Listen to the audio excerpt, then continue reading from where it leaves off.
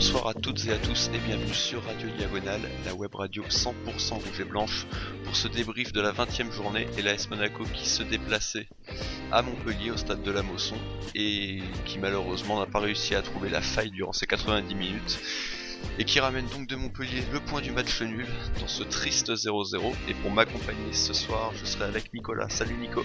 Salut. Donc comme je te le disais Nico, ouais, un match un petit peu soporifique, pas très intéressant, et il faut déjà tout de suite revenir sur la composition. Et déjà, en tout cas, je sais pas si c'était ton cas, mais moi, quand j'ai vu cette composition, j'étais pas très confiant et pour plein de plans différents. Ouais, c'est vrai que on a eu quelques surprises dans la composition. Bon, on en avait parlé dans la causerie. On pensait que les lignes défensives et au milieu, ça n'allait pas trop bouger, ce qui n'a pas été le cas puisque Endoram, par exemple, a été titularisé au milieu aux côtés de Fabinho. Et ça, pour moi, c'est une petite surprise. Je m'attendais plus à Moutinho.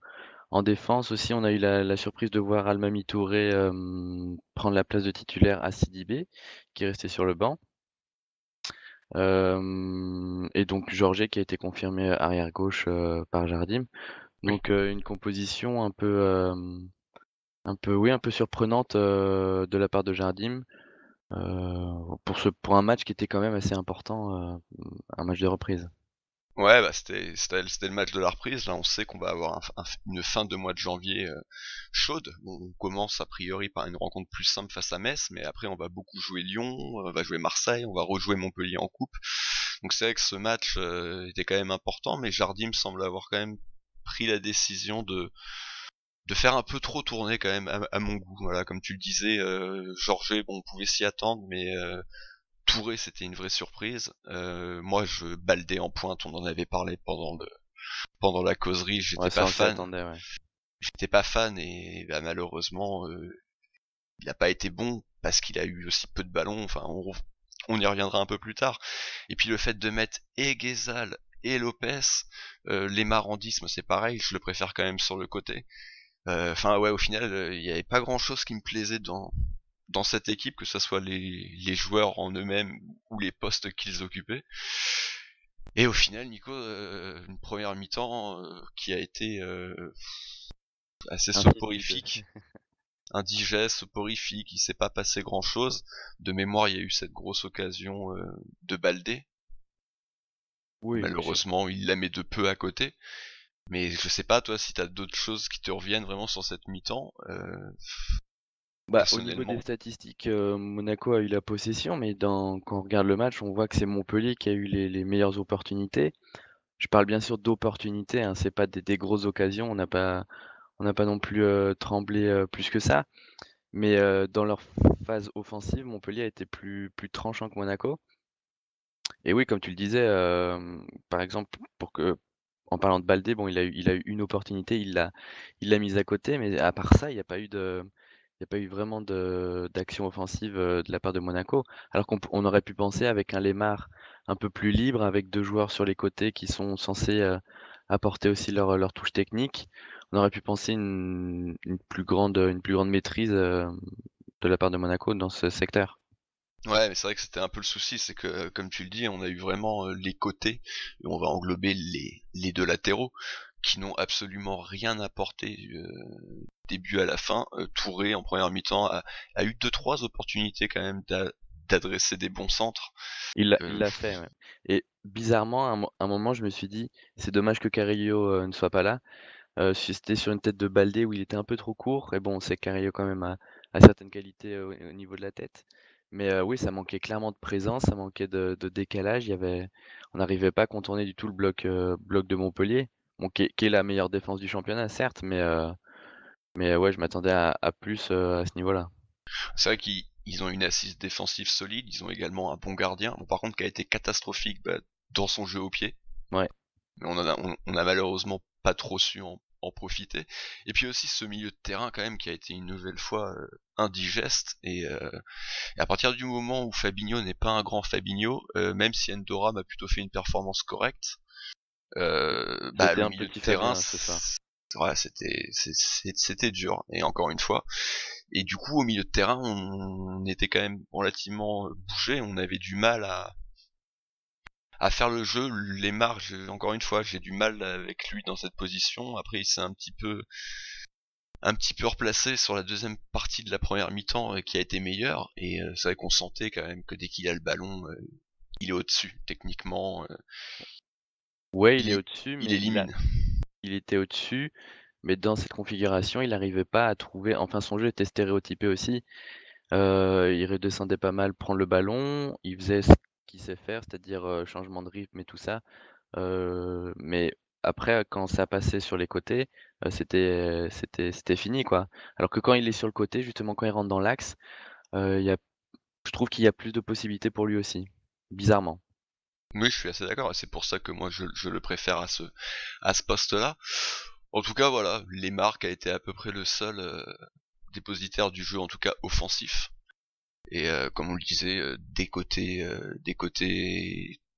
un peu à la ramasse, et un Keita Baldé qui a eu très peu de ballons, ce qui est dommage d'ailleurs parce que les deux trois premiers ballons qu'il a eu, il les a plutôt bonifiés, que ça soit sur son occasion de but ou sur une ou deux déviations bien senties. Après, la fin de mi-temps a été plus compliquée. Et pour ce qui est du travail défensif, Montpellier ne s'est pas trop procuré de mémoire de vraies grosses occasions. Non, c'est plus des opportunités, ce que je disais un peu avant. Avant le quart d'heure, il y a eu comme une action chaude où Glick se fait carrément mystifier, ce qui est assez rare pour être précisé.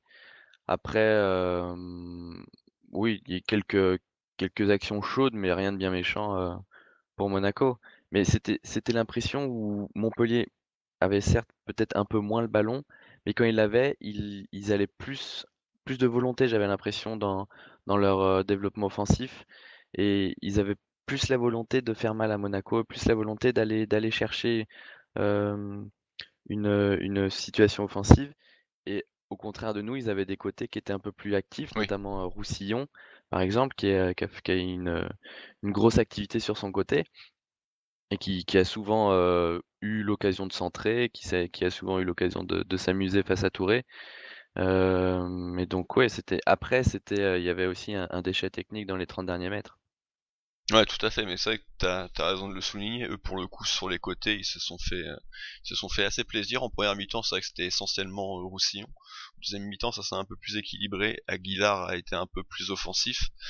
Mais c'est vrai que pour l'avoir vu de près, en plus là, Roussillon, bah, je dirais pas non là pour qu'il arrive assez vite pour remplacer celui qui fait semblant d'être Qui un fait joueur office d'être. professionnel. Ah, mais c'est sûr, il n'y avait pas photo là. Ouais, c'était assez impressionnant. En tout cas, on arrive à la mi-temps du coup sur ce score de 0-0, et là on a la mauvaise surprise malgré tout de voir rentrer Radji en lieu et place de Jemerson. Alors je sais pas si t'as des infos, moi j'en ai pas eu vu que j'étais en tribune, mais pour quelle Non, non raison il plus. sort? Non? Non, pas d'infos. Peut-être certainement une petite gêne au niveau physique pour qu'il sorte. C'est dommage parce qu'il a réalisé vraiment une très belle première période. Bon, au final, ce changement, il n'a pas été trop Non, préjudiciable dans la mesure où Radji a aussi fait une superbe entrée, une très très bonne 45 minutes. Mais bon, tu changes un défenseur central, ça t'enlève aussi la possibilité c'est ça. après de faire rentrer par exemple un Moutinho à l'heure de jeu ou ce genre de choses. Donc ça enlève une cartouche à Jardim. Mais bon, on s'en sert quand même pas mal avec Radji qui est toujours présent quand on fait appel à lui. Oui, oui, tout, tout à fait. C'est vrai que c'est plus ça qui était négatif, c'est le côté, bah du coup, tu pourras plus faire que deux changements, parce que c'est vrai que autant les latéraux, de temps en temps, ça peut être des changements voulus, autant au poste de défenseur central, s'il y a un changement, c'est qu'il y a une blessure ou un carton rouge. Mm. Après, ça peut être gênant pour la suite du mois et la suite de la saison s'il s'avère que c'est une blessure musculaire qui prend du temps, mais Ça peut en effet s- être problématique. En plus, surtout d'ici fin janvier, s'il est absent ne serait-ce que 2 semaines, ça va être gênant. ça va être géant. Et puis on a laissé partir Congolo, qui avait quand même la double casquette latéral défenseur central, même si on ne l'avait pas vu à ce poste-là. Maintenant, il n'y a plus Kradji, et derrière c'est Endoram, voire Touré, mais bon, pour le coup, il y joue quasiment jamais chez nous. Mm. En tout cas, voilà, cette deuxième mi-temps, au final, qui a été qui a été tout autant inintéressante et vaine. Ouais, peut-être un peu plus d'opportunités de côté de l'AS Monaco. Quelques frappes par-ci par-là, quelques débordements de Ronny Lopez, mais bon, à compter sur les doigts d'une seule main. Et des coups francs aussi plutôt mal gérés, à part un qui frôle le poteau en fin de match, mais un peu plus de tirs cadrés. Ouais, bah c'est vrai que les coups de pied arrêtés ont été Ouais, très très très très mal tirés ce soir, que c'est ouais, essentiellement par Lemar, parce que c'est lui qui les a quasiment tous tirés, mais Fabinho on a fait un en première mi-temps, et à la limite oui, c'est quand Guézal s'est occupé des coups de pied arrêtés, au final ça a été mieux, parce que comme tu le disais, il y a ce coup franc à la dernière minute qui vraiment passe à quelques centimètres du poteau de Lecomte, malgré tout, qui semblait également sur la trajectoire. Et puis, il y a surtout eu, Nico, cette occasion énorme sur corner oui. de La tête Endoram. ouais, la tête à bout portant de Endoram. Le compte a la mauvaise idée de sortir un arrêt réflexe assez improbable en mettant juste la main. Et quand il la renvoie en plus, Oui, ben, je sais pas si c'est un effet d'optique, mais j'ai l'impression que le genou de Endoram, il est juste à côté, quoi. Il est juste un peu mal foutu, mais à peu de choses près, ça tombe sur son genou et puis ça peut finir dans le but. ouais, c'est ça. Mais pas de chance. Alors après, on peut pas trop lui en vouloir parce que c'est pas un attaquant malgré tout quand même. Ce genre d'occasion, il faut savoir les mettre au fond, quoi. Il est Ouais. vraiment seul.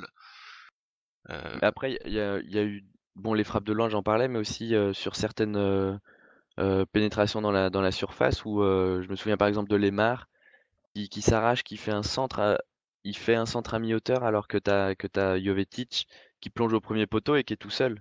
Donc là aussi, il y a eu le mauvaise décision dans le dernier geste et puis finalement, on finit à 0-0 quoi. on finit à 0-0. À noter quand même qu'il y a eu il y a eu quand même deux changements derrière. Jovetic qui est rentré un petit peu après l'heure de jeu. Moi personnellement que trouvé complètement inexistant. Ouais, Il, pareil, ouais. il a Il a rien eu apporté. il a eu une occasion au premier poteau où il s'arrache un peu, où il frappe, mais où le compte au final repousse la balle. Je crois que c'était sur un sur un débordement de Diakabi, parce que justement, on va en reparler. Lui, pour le coup, il est rentré, il est rentré un peu moins longtemps, mais il est quand même rentré au moins 15 minutes, je dirais. J'ai pas la minute en tête, mais Ouais, ça il est doit être à rentré peu à près la ça. 71e. Ouais, donc une bonne vingtaine de minutes. Et lui, pour le coup, qui a fait une plutôt de bonne rentrée. Mm. Il nous a quand même créé quelques brèches. Malheureusement, ça n'a pas suffi, mais c'est quand même bien de souligner que pour une fois, il a fait une bonne rentrée. Il sortait d'un bon match également contre Nice, donc c'est Voilà, encore loin. c'est peut-être C'est en- lui la révélation de la deuxième partie de saison. On va peut-être enfin le Voilà. voir au niveau qu'il est supposé avoir, mais c'est vrai il a fait deux, trois bonnes choses. Il a fait des bons contrôles. Je me rappelle d'un super contrôle qu'il a fait sur un long ballon là, et il a éliminé surtout son vis-à-vis, quoi, ce qu'on n'avait pas vu ou peu vu de la part de Lopez le temps qu'il était sur le terrain, ou même Guézal dans une moindre mesure. Oui, ou Baldé, parce que il a remplacé Baldé vraiment poste pour poste, et on l'a quand Ouais, même vu un petit ouais, peu mais plus qu'on tu avait vois vu qu'il jouait Keita. comme, ouais, mais il jouait quand même un peu plus sur les côtés. Il a, je pense, cette facilité aussi à partir d'un côté, qu'il était plus à l'aise dans cette position, et donc il était plus dangereux quand il était sur le côté. Oui, c'est vrai que bah, dès qu'il se décale un tout petit peu, mais on s'est retrouvé quand même avec plutôt deux attaquants, les marques qui étaient pas, enfin on est plutôt revenu sur un 4-4-2 plus Mm. classique, même si Jovetic, j'avais un petit peu de mal vraiment À le à situer. voir, à le situer, à voir clairement sa position. En tout cas, Diakabi était quand même celui qui était devant en pointe, en tout cas sur les phases défensives, c'est lui bah, qui faisait le premier pressing.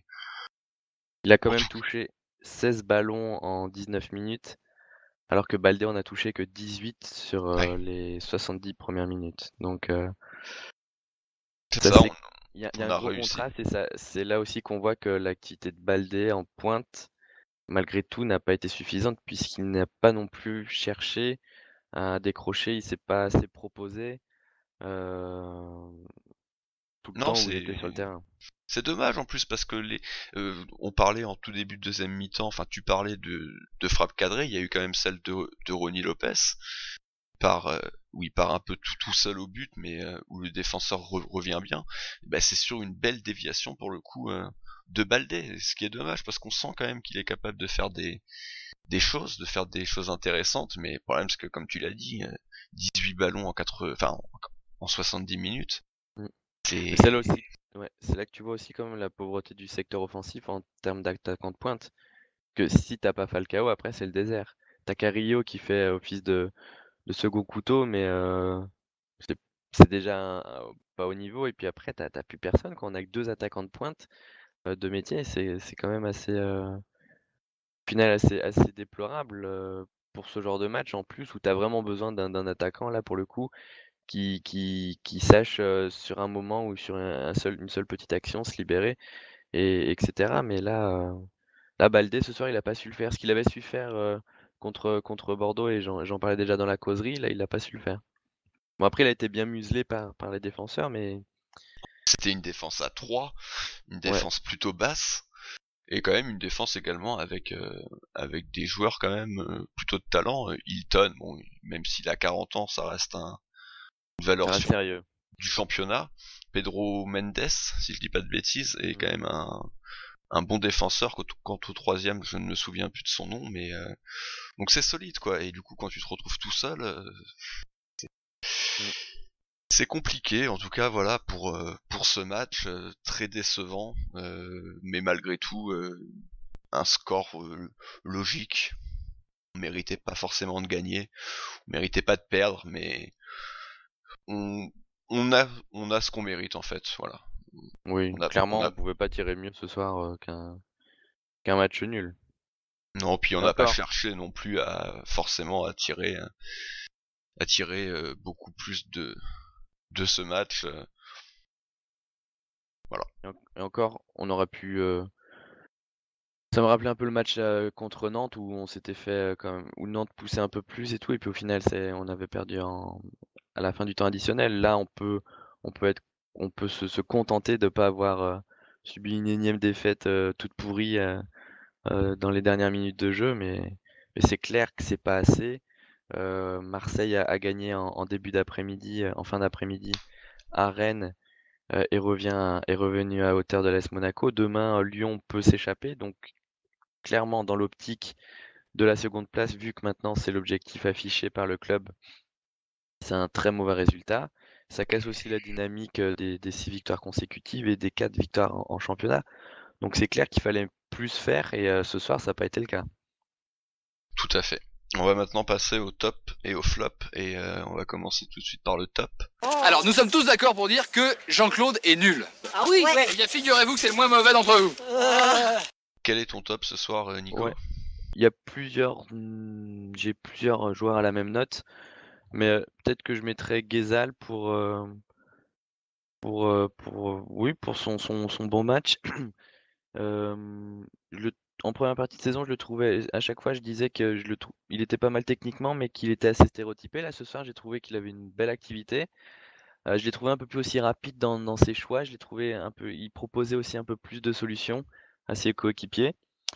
Certes, il a perdu pas mal de ballons, mais j'ai bien aimé son niveau ce soir et j'ai bien aimé le fait qu'il augmente sa densité de jeu. Et Tu lui as mis quelle note? je lui ai mis un 6. Il a mis un 6. Bon bah je vais tout de suite parler de lui du coup. Moi ça sera pas mon top, moi je lui ai mis 5. Parce que intéressant, mais quand même beaucoup de ballons perdus et qui auraient pu en plus être dangereux derrière, même s'il n'est pas le seul. Ça a été un de nos gros problèmes au milieu de terrain. Voilà, il y a eu ce coup franc qui aurait pu tout changer, mais qui malheureusement n'a pas bien fini.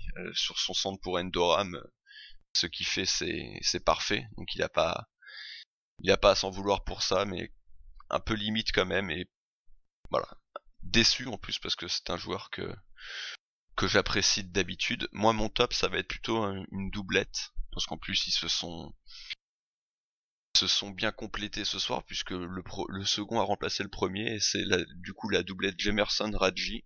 Jemerson, j'ai vraiment trouvé que ça avait été le meilleur en première mi-temps, ce qui est rarement très bon signe quand c'est un de tes défenseurs centraux qui est ton joueur le plus en vue. Donc je lui ai mis 6. Radji, ça sera 5,5, c'est un poil moins, mais il a quand même bien fait le boulot. Il a été un peu plus en difficulté contre la vitesse de certains attaquants montpelliérains. Malgré tout, il a plutôt fait une bonne prestation, sachant qu'en plus il a eu à maintes reprises à rattraper Notre ami Georges. notre ami Georges. De toute façon, je pense qu'on va en parler dans quelques secondes, puisque maintenant c'est donc le flop. Et Nico, est-ce que toi aussi tu décernes cette Ouais, distinction à Georges? ils sont deux, ils ont deux à avoir la même note. J'ai mis 4 à Georges et Fabinho, mais Georges, on va dire que c'est l'habitude maintenant, mais c'est vrai qu'il a fait encore une prestation assez dégueulasse. C'est le joueur qui a le plus perdu de ballons. Il en a quand même perdu 29 sur les 69 qu'il a touchés. Et Oh, en termes de passes réussies, il a un petit 69%, ce qui est quand même assez bas. surtout Et pour un encore une fois, latéral, et en plus, tu as dit combien de ballons touchés? 69 ballons touchés. Sur Et 69 ballons touchés ouais, et sur le nombre de passes qu'il a fait, en plus il n'y a pas beaucoup de passes vraiment qui sont par exemple des centres, donc des passes non, avec non. un faible pourcentage. Donc c'est là où ça montre bien quand même. C'est lui qui a touché le plus de ballons au niveau de l'équipe. Ouais, bah voilà, mais ça c'est jamais bon signe non plus. C'est jamais bon signe, mais c'est quand même assez bizarre en termes du fait que c'est pas le joueur non plus, c'est pas le milieu de terrain, c'est pas Lemar. Tu vois, je suis étonné de voir que Lemar a touché 15 ballons de moins. Alors Oh, pourtant, dans le match, on voit les latéraux sont très souvent les joueurs qui touchent le plus le ballon. Ça pour le coup, je suis pas très surpris. Oui, mais je veux dire, en termes de, quand tu te fais à l'idée, tu te dis, Lemar a touché le plus de ballons que Georges. Tu vois ce que je veux dire? Il a eu plus de, Lemar avait plus de, En première peut-être. mi-temps en tout cas. Oui, mais je veux dire, l'impression que ça donne, c'est que Georges ne sait pas quoi faire du ballon. Ah mais ça je suis complètement d'accord avec toi. Non mais quand je disais en première mi-temps, c'est que clairement en première mi-temps l'impression c'est que c'est Lemar qui a touché le plus de ballons. C'est peut-être le cas d'ailleurs. Par contre en deuxième mi-temps, non, pour le coup ça m'étonne vraiment pas que ça soit Georges et c'est l'impression que j'avais quoi. C'est ça en fait bah, que je veux dire. Moi Georges c'est également mon flop. Alors je lui ai mis 3. 3 parce qu'en plus là je l'ai vu en vrai et c'est pire parce qu'on se rend T'as encore pas plus demandé compte. un autographe? Non, non, ça va. Non, non, faut pas non plus trop m'en demander. Mais on se rend encore plus compte de ses lacunes, de ses faiblesses. Même dans la tribune, les Montpelliérains, ils se foutaient de sa gueule. Euh, un nombre de ballons perdus incalculable. Et surtout, l'impression déjà que qu'on a tous, quand on regarde un match à la télé, c'est qu'il est constamment par terre. Ah bah c'est pas une légende, hein. Il est constamment par terre. Alors le terrain était un peu gras parce qu'il s'est mis à pleuvoir. Mais au moindre contact, il tombe. Et en plus, il a toujours cette façon de défendre constamment au sol en taclant ou en se Mm. jetant. Donc, coup rajoute, mais très très compliqué. Aucun apport offensif. Il y a eu cette frappe, c'est vrai qu'il y a eu cette frappe plutôt jolie qui a bien été claquée par le compte en corner. Mais sinon c'est le néant total. Et puis il panique un peu à plusieurs reprises quand il a le ballon sur son côté en défense et qu'il n'a pas de solution facile. Il y a eu plusieurs fois où il s'est fait subtiliser le ballon, où il l'a dégagé en touche. Enfin, Mm. c'est dur, c'est très dur et il faut absolument qu'on trouve une solution, qu'on prenne quelqu'un. En plus là, comme on le disait, si on a perdu Jemerson, et bah on pourra pas non plus mettre Radji à ce poste-là. Faut Donc recruter Roussillon. Roussillon, je sais pas, mais même Mm. rappelons et chez Gilet, moi honnêtement je Non, préférais. non, non, Ah si si si, non, ah si non, si, s'il te c'est plaît, beaucoup. non, faut Ah bah pas c'est oui mais abuser. c'est beaucoup plus fort. Je suis désolé de te le dire, mais c'est parce qu'au moins c'est un peu plus sûr quand même. C'est un peu plus physique, c'est un peu plus sûr. C'était pas exceptionnel, mais c'était déjà un petit peu mieux. Donc donc voilà. On va pouvoir passer maintenant au reste de l'équipe et on va commencer par le gardien de but, Subasic. Nico, qu'en as-tu pensé? Comme d'habitude, j'ai envie de dire. Il a pas eu grand-chose à faire, enfin, comme d'habitude, à mis à part quand il fait des boulettes énormes. Mais je veux dire, là, dans cette rencontre, il a pas eu grand-chose à faire. Il a été plutôt bon. Je regrette deux, trois actions où il est pas sorti, où il y a un peu une sorte de, enfin, ils sont pas trop de communication avec ses défenseurs, mais sinon, il a plutôt pas mal géré cette rencontre. Il nous a sauvés, il a quand même bien sorti à la dernière minute, là où il se prend le coup dans la tête. Il lit bien le jeu, parce que ça aurait pu se transformer en but. Mais sinon, oui, pas rien à faire d'important, et il n'y a pas eu non plus d'action chaude. Donc voilà, je lui ai mis un 5,5. Ouais, moi je lui ai mis 6. J'ai hésité hein, quasiment à le mettre homme du match. Habituellement, c'est vrai que je l'ai pas mal descendu depuis le début de cette saison, mais là ce soir je l'ai bien aimé. Après, comme tu dis, il y a toujours ces deux trois coups de pied arrêtés où t'as envie qu'il sorte, mais ça tu sais, de toute façon, il est comme ça. C'est pas un gardien qui aime sortir sur les ballons hauts. Donc maintenant on s'y est fait, mais sinon il a plutôt bien fait le boulot. Il a eu du mal à capter une frappe de loin où il s'est fait un petit peu peur en deuxième mi-temps. Mm. Mais c'est vrai qu'il y a cette très bonne sortie à l'ultime minute, à l'ultime seconde même presque. Donc pour moi une prestation solide. On a parlé de la défense centrale, mais on n'a quand même pas encore parlé de Kamil Glik. Je vais en parler rapidement. Pour moi Glik assez déçu ce soir, surtout en première mi-temps. Je l'ai trouvé un petit peu fébrile, beaucoup mieux sur la deuxième mi-temps où il y a eu quand même une multiplication des centres et des corners côté montpelliérain et où quand même dans le jeu aérien, bah, c'est le taulier. C'est le Ouais. taulier de l'équipe, ça. Il y a aucun problème sur ça. Après, il s'est trouvé quand même durement en début de seconde mi-temps aussi sur une intervention qu'il a essayé de faire à peu près sur la ligne médiane sur un ballon qui était à mi-hauteur. Après, j'ai pas très bien vu exactement ce qu'il a fait. Si c'était une tentative d'interception avec le pied, mais derrière, ça a quand même fait une grosse occasion pour les Montpelliérains. Donc c'est pour ça que moi personnellement, je lui ai mis 5 Ouais, parce qu'il y a eu il y a eu un peu des deux quoi. un peu plus généreux, j'ai mis 5,5.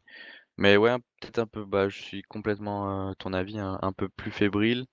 Mais il est monté en régime au cours du match quand même. Oui, voilà, tout à fait. Bon maintenant, notre côté droit, parce que si notre latéral gauche a été désastreux, notre latéral droit n'a pas non plus fait des merveilles. Qu'en as-tu pensé? Bah, il a été plutôt pas mal au niveau défensif, j'ai trouvé, mais offensivement, il a pas du tout existé. Je crois il a vraiment un problème physique. Il arrive pas à tenir tout le match. Il arrive pas à porter, à multiplier les courses comme peut le faire, comme peut le faire Sidibé. Mais bon, pour une fois, il a pas été à côté de la plaque. Donc je lui ai mis un 5 parce que c'est voilà quoi.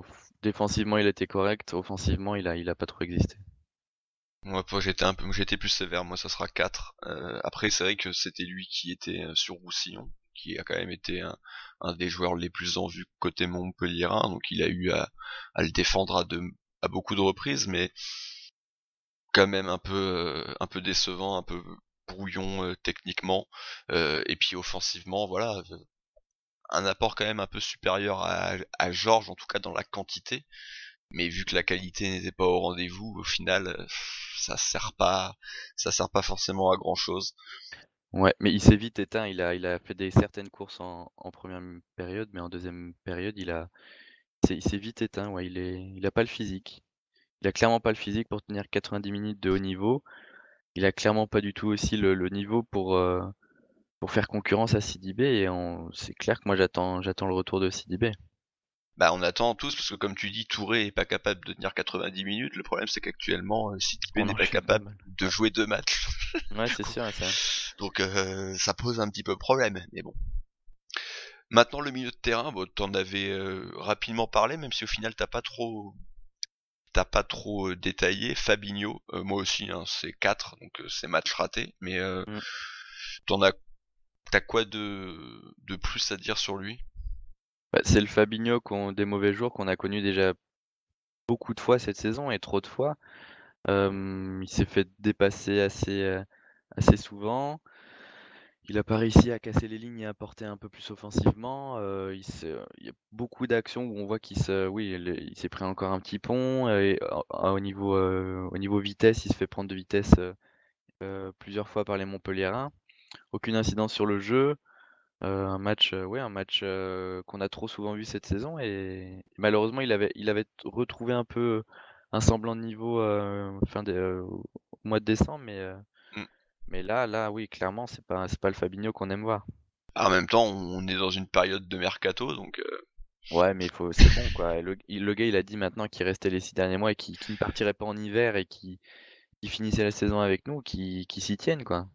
non, mais je disais ça pour rigoler parce que c'est vrai que c'est marrant de voir que comme c'est une période de mercato, Il est il est fébrile, il repense au il maillot est du Paris Saint-Germain et tout. il est de nouveau très fébrile et très décevant. À côté de lui, par contre, il y avait le jeune Endoram. Alors, il est un peu compliqué à noter. Je vais quand même mis de 5,5 qui par rapport au reste des joueurs fait partie quand même des meilleures notes parce que quand même pas mal de ballons récupérés. Euh, un retour salvateur en première mi-temps sur une action où évidemment ça a demandé le penalty. Personnellement, j'ai pas eu de ralenti donc je sais pas s'il y avait eu ou pas faute. Moi, en tout cas Non, à vitesse réelle, ça semblait être une bonne intervention qui pourtant non, il y avait. Ouais. était pas facile à réaliser. Et après, dans le négatif, il y a quand même beaucoup de déchets dans la passe et surtout dans les passes simples, dans les passes Mm. courtes. Un peu de nonchalance. Ouais, voilà, il y a un manque d'application par moment qui n'est pas sans rappeler Tiemoué Bakayoko, qui était souvent également critiqué pour sa nonchalance, même si l'année dernière il avait enfin compris et il était quand même un peu plus concerné, en tout cas dans plus de rencontres. Donc c'est vrai que par rapport à ça rappelle un peu Bakayoko, mais après sans quand même le même abattage physique au niveau des kilomètres, au niveau des ballons récupérés. Et puis il y a eu aussi cette tête, on en a parlé quand même, qui est certainement le tournant du match. Euh, Encore une fois, il se doit quand même de la mettre au fond, ou en tout cas d'essayer vraiment de la mettre à côté du gardien, parce Gardien. que là le gardien au final n'a pas Oui, à bouger quoi. c'était dessus, oui. Voilà, c'était Ouais, sur lui. j'ai un peu le même avis sur lui. Il m'a un peu agacé sur, oui, comme on le disait, sur certaines passes où il était assez nonchalant, où tu vois qu'il se concentre pas assez, qu'il appuie pas assez sa passe. Mais après, il a eu plutôt une bonne activité. Bon, c'est sûr, avoir Fabinho d'un mauvais jour à côté, ça l'a pas non plus aidé. Mais oui, plutôt pas mal hein, dans la lignée de ses autres prestations.